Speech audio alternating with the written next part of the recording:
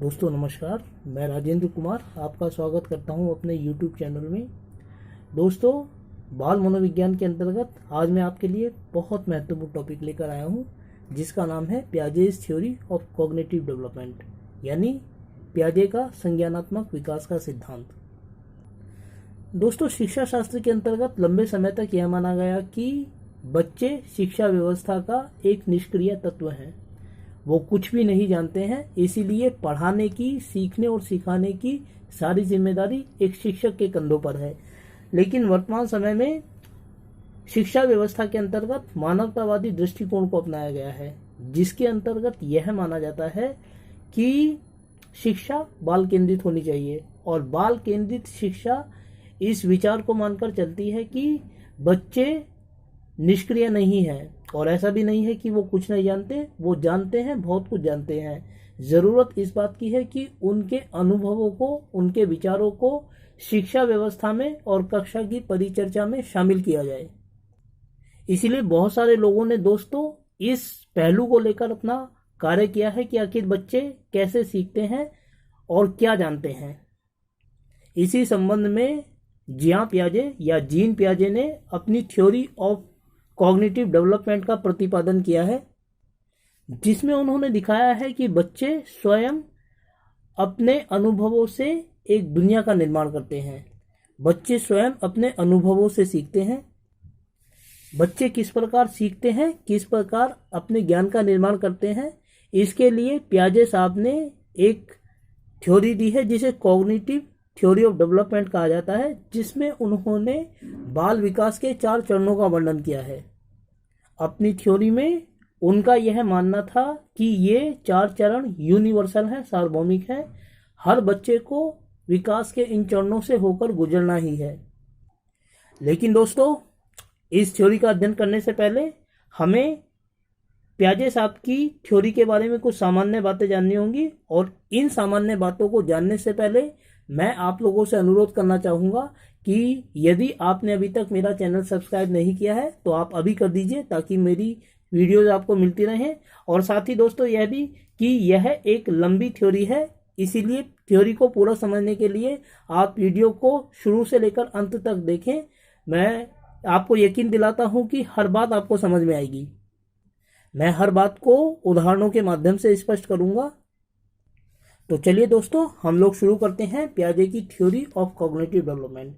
दोस्तों, पियाजे साहब ने अपनी थ्योरी के बारे में जो सामान्य बातें बताई हैं, उनमें एक बात यह है कि मानव सहित सभी प्रजातियां 2 मूलभूत प्रवृत्तियों के साथ पैदा होती हैं।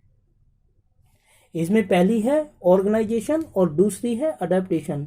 दोस्तों, जब किसी बच्चे का जन्म होता है, नवजात शिशु जो होता है, वो अपने अनुभवों से एक दुनिया का निर्माण करता है, और इससे उसके दिमाग में कुछ स्ट्रक्चर्स या ब्लॉक्स बन जाते हैं, जिन्हें पियाजे ने स्कीमा कहा है। और इसी प्रक्रिया को ऑर्गेनाइजेशन कहा जाता है, जिसमें बच्चा अपने अनुभवों को समाहित करता है, ऑर्गेनाइज करता है। जबकि दोस्तों अडेप्टेशन का अर्थ होता है वातावरण में स्वयं का समायोजन करना। इस अडेप्टेशन में 2 बातें शामिल होती हैं, एसिमिलेशन और एकोमोडेशन। अब सवाल ये उठता है कि ये एसिमिलेशन और एकोमोडेशन है क्या। दोस्तों, अभी मैंने आपको बताया है कि नवजात शिशु अपने अनुभवों से अपने दिमाग में कुछ ब्लॉक्स का निर्माण करता है, और यदि वो किसी नई बात को इन पहले से बने हुए ब्लॉक्स के माध्यम से ही समझ जाता है, तो इसको एसिमिलेशन कहा जाता है। मैं आपको इसका एक उदाहरण देता हूँ। एक बच्चा जिसने अब तक सिर्फ सफ़ेद रंग का कुत्ता देखा है, अगर वो अचानक से ब्लैक कलर का कुत्ता देखता है, तो उसको देखते ही वो कुत्ता कुत्ता चिल्लाने लगता है, क्योंकि उसको पता है कि कुत्ता क्या है। और जैसे ही वह भौंकना शुरू कर देता है, तो उसको पता चलता है कि हाँ, ये कुत्ता ही है, भले इसका रंग दूसरा है। तो इससे उसके दिमाग में जो स्कीमा, कुत्ते का स्कीमा पहले से बना हुआ है, वह काले रंग के कुत्ते को उसी स्कीमा के माध्यम से समझ जाता है। इसे एसिमिलेशन कहा जाता है। जबकि दोस्तों वही बच्चा जब पहली बार बिल्ली को देखता है, कुत्ते को वो देखता है, और वो समझ गया है कि कुत्ता सफ़ेद रंग का भी होता है और काले रंग का भी होता है। लेकिन जब उसके सामने बिल्ली आती है, तो बिल्ली भी उसको वैसे ही दिखाई देती है, क्योंकि उसके भी 4 पैर होते हैं, एक पूंछ होती है। तो वो उसको कुत्ता मानने की भूल कर बैठता है, लेकिन जैसे ही वह बिल्ली की आवाज सुनता है तो उसको पता चलता है, उसके दिमाग में ये संदेशा आता है कि यह कुत्ता नहीं है बल्कि यह कुछ और चीज है जो कुत्ते की तरह दिखती है। तो इससे उसके दिमाग में बिल्ली का एक नया स्कीमा बनेगा। इस प्रक्रिया को दोस्तों एकोमोडेशन कहा जाता है। तो एसिमिलेशन और एकोमोडेशन के बारे में हम यह मान सकते हैं कि जब किसी नई चीज को हम अपने दिमाग में पहले से बने हुए स्कीमा के माध्यम से ही समझ सकते हैं तो इसको एसिमिलेशन कहा जाता है। परंतु यदि हम पहले से बने हुए स्कीमा के माध्यम से किसी नई चीज को नहीं समझ सकते हैं, नहीं समझ पाते हैं, बल्कि उसको समझने के लिए हमारे दिमाग में एक नए स्कीमा का निर्माण होता है, तो इसको एकोमोडेशन कहा जाता है। प्याजे की थ्योरी में दोस्तों दो सामान्य बातें और थी, इक्विलिब्रेशन और डिसइक्विलिब्रेशन। इक्विलिब्रेशन का मतलब होता है एसिमिलेशन और एकोमोडेशन के बीच संतुलन स्थापित करना। यानी कि जब कोई नई चीज हमारे सामने आती है तो हम एसिमिलेट नहीं कर पाते हैं और कुछ देर के लिए हम असहज हो जाते हैं। उसके बाद जब हम उसको समझ जाते हैं, अपने दिमाग में ऑर्गेनाइज कर लेते हैं, तो हम संतुलन की स्थिति में आ जाते हैं। इसी संतुलन की स्थिति को इक्विलिब्रेशन कहा जाता है। जबकि डिसइक्विलिब्रेशन का मतलब होता है दोस्तों असंतुलन की स्थिति में आ जाना। उदाहरण के लिए वो बच्चा जिसने अब तक सिर्फ कुत्ते को देखा है, पहली बार बिल्ली को जब देखता है तो वह असंतुलन की स्थिति में आ जाता है और पुनः संतुलन प्राप्त करने की कोशिश करता है, प्रयास करता है। इसी से उसके दिमाग में एक नया स्कीमा बनता है। तो जब हम डिसइक्विलिब्रियम की स्थिति में आते हैं तो हम संतुलन प्राप्त करने की कोशिश करते हैं। इस प्रक्रिया को डिसइक्विलिब्रेशन कहा जाता है। दोस्तों प्याजे का यह मानना था कि बच्चों के लिए इक्विलिब्रेशन से ज्यादा डिसइक्विलिब्रेशन की आवश्यकता है, क्योंकि इक्विलिब्रेशन में तो वो चीजें शामिल है जो पहले से ही जानता है।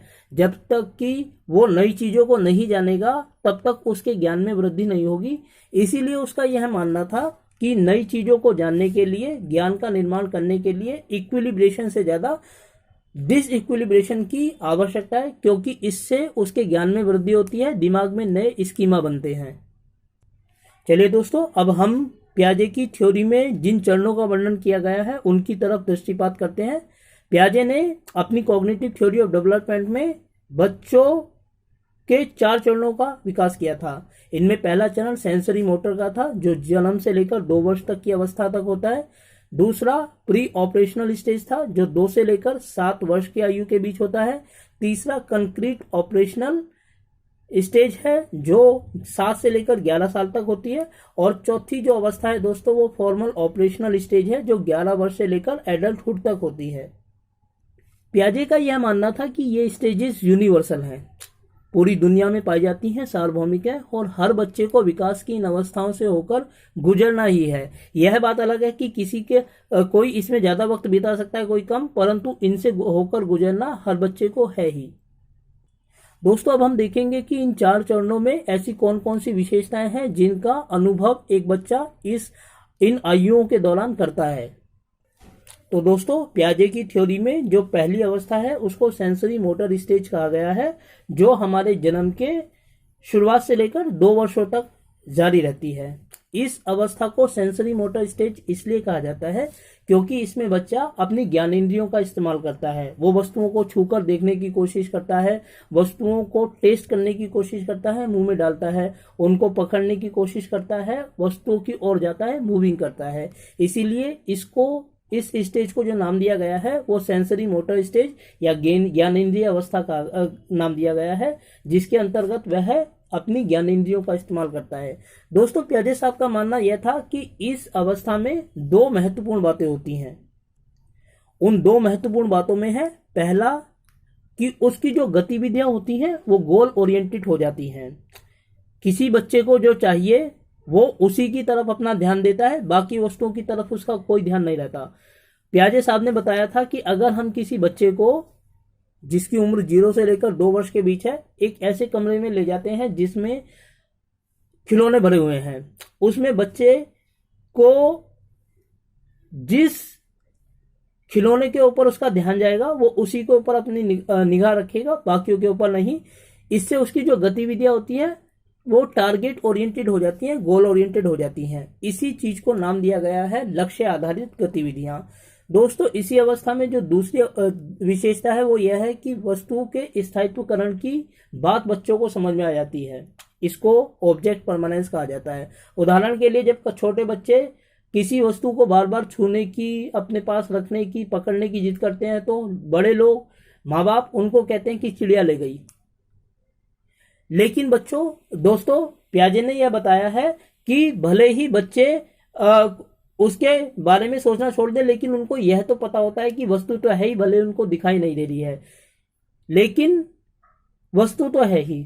पियाजे का यह मानना था कि बच्चे इसलिए वस्तु के बारे में पूछना या उसको ढूंढना बंद कर देते हैं क्योंकि उनकी याददाश्त इतनी कम होती है कि वो उसको ज्यादा लंबे समय तक याद नहीं रख पाते। लेकिन जैसे उनको दोबारा वह वस्तु याद आती है, वो दोबारा उस वस्तु को ढूंढने की कोशिश करते हैं। यह इसीलिए होता है दोस्तों क्योंकि बच्चे के मन में इस बात की समझ बन जाती है कि जो वस्तु है वो तो है ही, वस्तु परमानेंट है, स्थायित्व है, इसी को ऑब्जेक्ट परमानेंस कहा जाता है। इसके बाद दोस्तों दूसरी अवस्था है जिसे प्री ऑपरेशनल स्टेज कहा जाता है और जिसमें बच्चे की आयु 2 से लेकर 7 वर्ष के बीच होती है। दोस्तों इस स्टेज में बहुत सारे विकास बच्चे के दिमाग में होते हैं, उसकी सोच में होते हैं, जिनका हम एक एक करके अध्ययन करेंगे। दोस्तों प्री ऑपरेशनल स्टेज में जो सबसे पहली बात है वो है सिंक्रेटिक रीजनिंग की। सिंक्रेटिक रीजनिंग का मतलब यह होता है कि बच्चा एक या ज्यादा से ज्यादा 2 आधार पर वस्तुओं का वर्गीकरण करने लगता है। उदाहरण के लिए हम बच्चे को कुछ खिलौने देते हैं जिसमें कुछ गुड़ियां हैं, डॉल्स, और कुछ कार हैं, टॉयज कार, और बच्चा अब उनको वर्गीकृत करेगा तो वो ज्यादा से ज्यादा यह करेगा कि सारी गुड़ियाओं को उठाकर एक साथ रख देगा और सारी कार को उठाकर एक साथ रख देगा, या इससे भी ज्यादा वो और कुछ करेगा तो वो यह करेगा कि एक रंग की गुड़िया को एक रंग की कार के साथ और दूसरे रंग की गुड़िया को दूसरे रंग की कार के साथ रख देगा। इस तरीके की रीजनिंग को सिंक्रेटिक रीजनिंग कहा जाता है। दोस्तों प्री ऑपरेशनल स्टेज की जो दूसरी विशेषता है वो है सिम्योटिक फंक्शन। इसके अंतर्गत बच्चा यह करता है कि वह एक्शन के स्थान पर विभिन्न प्रकार के संकेतों का निर्माण करने लगता है। जैसे अगर उसको पानी चाहिए तो वह मम बोलने लगता है, और उसको भूख लगती है तो वो होठों को हिलाने लगता है। इसका मतलब यह है कि अब वह सिर्फ गतिविधियों के आधार पर अपनी बात को नहीं समझाता है, बल्कि अपनी बात को समझाने के लिए विभिन्न प्रकार के संकेतों का इस्तेमाल करने लगता है। दोस्तों मनोवैज्ञानिक प्रयोगों से इस बात की जानकारी मिलती है कि इसी दौरान बच्चे की भाषा में भी बहुत विकास होता है और 2 से लेकर 4 वर्ष की आयु तक उसके शब्दकोश में, उसकी वोकेबुलरी में 200 से लेकर 2000 तक शब्द जुड़ जाते हैं। तो इसलिए भाषा के दृष्टिकोण से भी यह एक महत्वपूर्ण स्टेज है। दोस्तों प्री ऑपरेशनल स्टेज में जो तीसरी विशेषता है वो है लैक ऑफ रिवर्सिबल थिंकिंग। इसके अंतर्गत यह होता है कि बच्चा तार्किक रूप से सोचना तो शुरू कर देता है, परंतु वह पलटकर सोच नहीं पाता है।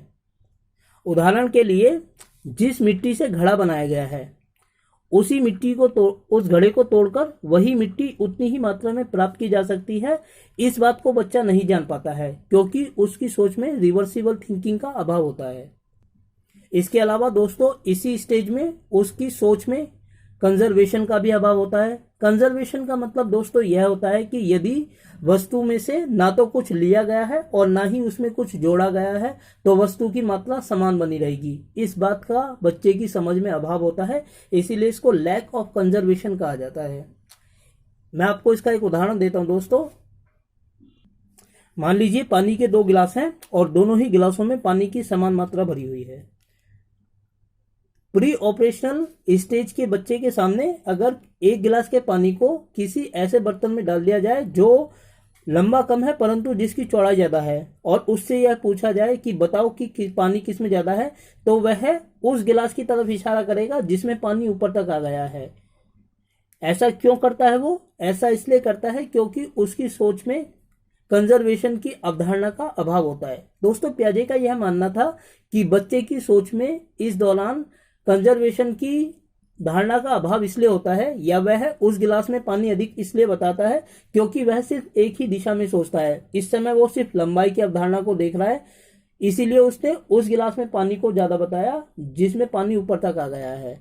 लेकिन जैसे जैसे वह आगे बढ़ता है वैसे वैसे उसकी इस सोच का परावर्तन होता है और उसमें सुधार होता है। इसके अलावा दोस्तों प्री ऑपरेशनल स्टेज के बच्चे की सोच ईगोसेंट्रिक होती है।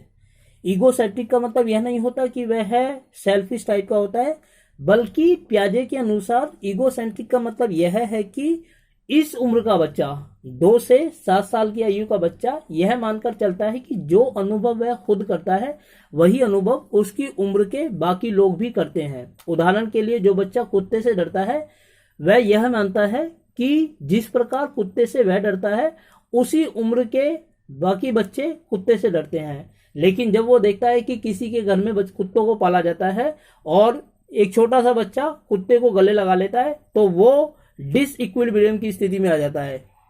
तो इसीलिए दोस्तों इस उम्र के बच्चे की सोच की एक विशेषता होती है ईगोसेंट्रिक होना, और भाषा के नजरिए से भी ईगोसेंट्रिक उसमें पाया जाता है। भाषा के नजरिए से ईगोसेंट्रिक इस रूप में पाया जाता है कि जब बच्चा जो प्री ऑपरेशनल स्टेज का है अगर वो ग्रुप में भी होता है, अपने साथियों के साथ भी होता है, तो वह सिर्फ अपनी ही बात करता है बिना यह देखे हुए कि कोई उसकी बात को सुन भी रहा है या नहीं। इसी बात को कलेक्टिव मोनोलॉग कहा जाता है, जिसमें बच्चा बिना ये देखे हुए कि उसकी बात को कोई सुन भी रहा है या नहीं बोलता रहता है अपने आप से। इस चीज को पियाजे की थ्योरी में कलेक्टिव मोनोलॉग नाम दिया गया है। दोस्तों प्री ऑपरेशनल चाइल्ड के बच्चे की सोच की एक खासियत होती है एनिमिस्टिक थिंकिंग। एनिमिस्टिक थिंकिंग एक ऐसी सोच होती है जिसमें बच्चा निर्जीव वस्तुओं को भी सजीव मान लेता है। उदाहरण के लिए चांद को बच्चा सजीव मान लेता है क्योंकि जब वो देखता है कि बच्चा जहां जाता है चांद उसको वहां पर दिखाई देता है, तो वो ये मानकर चलता है कि जहां वो जाता है बच्चा चांद भी उसके साथ साथ चलकर वहीं चला जाता है, इसीलिए चांद एक जिंदा चीज है। इसी तरीके से जब वह देखता है बच्चा कि ओवन में आटे को डाला जाता है और उसी ओवन से आटे से केक बनकर निकल आता है, तो वो यह मान बैठता है कि यह ओवन एक जिंदा मशीन है जो आटे को केक में बदलने का काम करती है। इस तरीके की सोच को एनिमिस्टिक थिंकिंग कहा जाता है। इसके बाद दोस्तों इसी प्री ऑपरेशनल स्टेज में बच्चे की जो सोच होती है उसमें ट्रांसडिडक्टिव थिंकिंग होती है, रीजनिंग होती है। इसमें बच्चा क्या करता है, इसमें बच्चा देखते ही वस्तुओं को देखते ही उसके बारे में निर्णय लेने लगता है, और पियाजे साहब का यह मानना था कि अधिकांशतः यह निर्णय गलत होते हैं। उदाहरण के लिए वो बच्चा जिसने अब तक सिर्फ कुत्ते को देखा है, पहली बार जब बिल्ली को देखता है तो वो बिल्ली को देखते ही कुत्ता कुत्ता चिल्लाने लगता है, हालांकि वो कुत्ता नहीं है। और जैसे ही वो उस आवाज को सुनता है, बिल्ली की आवाज को, तो वो मानता है कि ये तो और कुछ है। इस तरीके की रीजनिंग को ट्रांसडक्टिव रीजनिंग कहा जाता है। इसके बाद दोस्तों हम पियाजे की थ्योरी की तीसरी अवस्था में प्रवेश करते हैं जिसका नाम है कंक्रीट ऑपरेशनल स्टेज। इसमें बच्चे की उम्र जो होती है वो 7 वर्ष से लेकर 11 वर्ष तक होती है, और प्री ऑपरेशनल स्टेज की तुलना में इस दौरान उसकी सोच में कुछ गुणात्मक और सकारात्मक परिवर्तन होते हैं। इनमें जो पहला परिवर्तन है वो यह होता है कि बच्चा अनेक आधारों पर वर्गीकरण करना सीख जाता है। उदाहरण के लिए राधा है, वो एक स्त्री है, एक भारतीय है, एक डॉक्टर है और एक माँ भी है। इसमें वह समझ सकता है कि एक ही औरत यह तमाम भूमिकाएं एक ही साथ निभा सकती है, एक ही औरत ये सारी हो सकती है। जो राधा है वो एक स्त्री है, किसी व्यक्ति की माँ है, पेशे से डॉक्टर है और राष्ट्रीयता के स्तर पर एक भारतीय है।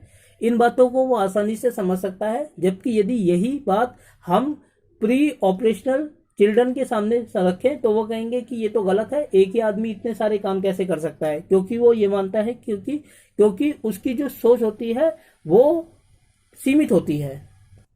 कंक्रीट ऑपरेशनल स्टेज में आकर दोस्तों बच्चे की सोच में कंपनसेशन आ जाता है। कंपनसेशन का मतलब यह है कि अगर एक दिशा में परिवर्तन किया जाए तो वह परिवर्तन दूसरी दिशा में भी दिखाई देगा।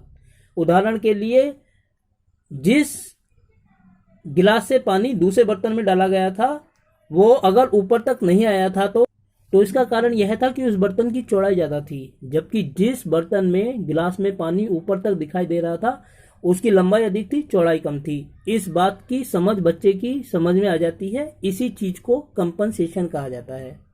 कंक्रीट ऑपरेशनल स्टेज में दोस्तों बच्चा विभिन्न प्रकार से सीरिएशन करने लगता है, क्रम व्यवस्था समझने लगता है। उदाहरण के लिए 3 अल्फाबेट लिखे हुए हैं ABC।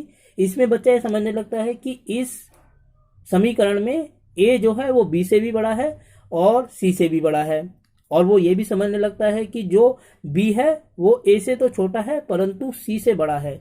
इस चीज को सीरिएशन कहा जाता है, जिसकी समझ कंक्रीट ऑपरेशनल स्टेज में बच्चे की समझ में विकसित हो जाती है। कंक्रीट स्टेज में आकर बच्चों की जो सोच होती है दोस्तों, उसमें रिवर्सिबल थिंकिंग भी आ जाती है।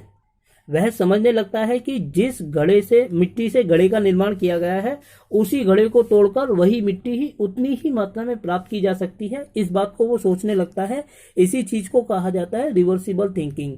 लेकिन दोस्तों इस कंक्रीट ऑपरेशनल स्टेज की एक कमी है। इसमें बच्चा विभिन्न प्रकार की वस्तुओं का अनुमान तभी तक लगा सकता है जब तक कि वो वस्तु उसके सामने भौतिक रूप से उपलब्ध हो, फिजिकली प्रेजेंट होनी चाहिए वस्तु, तभी वह सोच सकता है, अनुमान लगा सकता है। अगर वह वस्तु उसके सामने उपस्थित नहीं है तो वह कल्पना के आधार पर अनुमान नहीं लगा सकता। इसीलिए पियाजे साहब का मानना यह था कि कंक्रीट ऑपरेशनल स्टेज में बच्चा जो भी काम कर सकता है वह वस्तु की फिजिकल प्रेजेंस में कर सकता है। इसके बाद दोस्तों पियाजे की थ्योरी की चौथी अवस्था है, जिसे फॉर्मल ऑपरेशनल स्टेज कहा जाता है, और यह 7 वर्ष से लेकर एडल्टहुड तक होती है। इस आयु में आकर बच्चों की सोच हाइपोथेटिको डिडक्टिव हो जाती है, जिसका मतलब यह है कि वे सिर्फ एक ही प्रकार के जवाब को सही नहीं मानते हैं, बल्कि अनेक तरीके से किसी समस्या का समाधान करने की कोशिश करते हैं। एक ही समस्या को जितने अलग अलग तरीकों से किया जा सकता है, वो हर तरीके से उसको हल करने की कोशिश करते हैं। साथ ही यह भी कि इस अवस्था में आकर फिजिकली वस्तुओं का उपलब्ध होना जरूरी नहीं है, बल्कि वे अनुमान के आधार पर ही विभिन्न प्रकार के कार्य कर सकते हैं। जैसे इन बच्चों को गणित में पढ़ाया जाता है कि माना इसका मूल्य x है, इसका मान x है। ये जो सोच होती है दोस्तों, इसको हाइपोथेटिको डिडक्टिव कहा जाता है, और फॉर्मल स्टेज में आकर बच्चों की सोच में ये विकसित हो जाती है। तो दोस्तों ये थी पियाजे की थ्योरी ऑफ कॉग्निटिव डेवलपमेंट।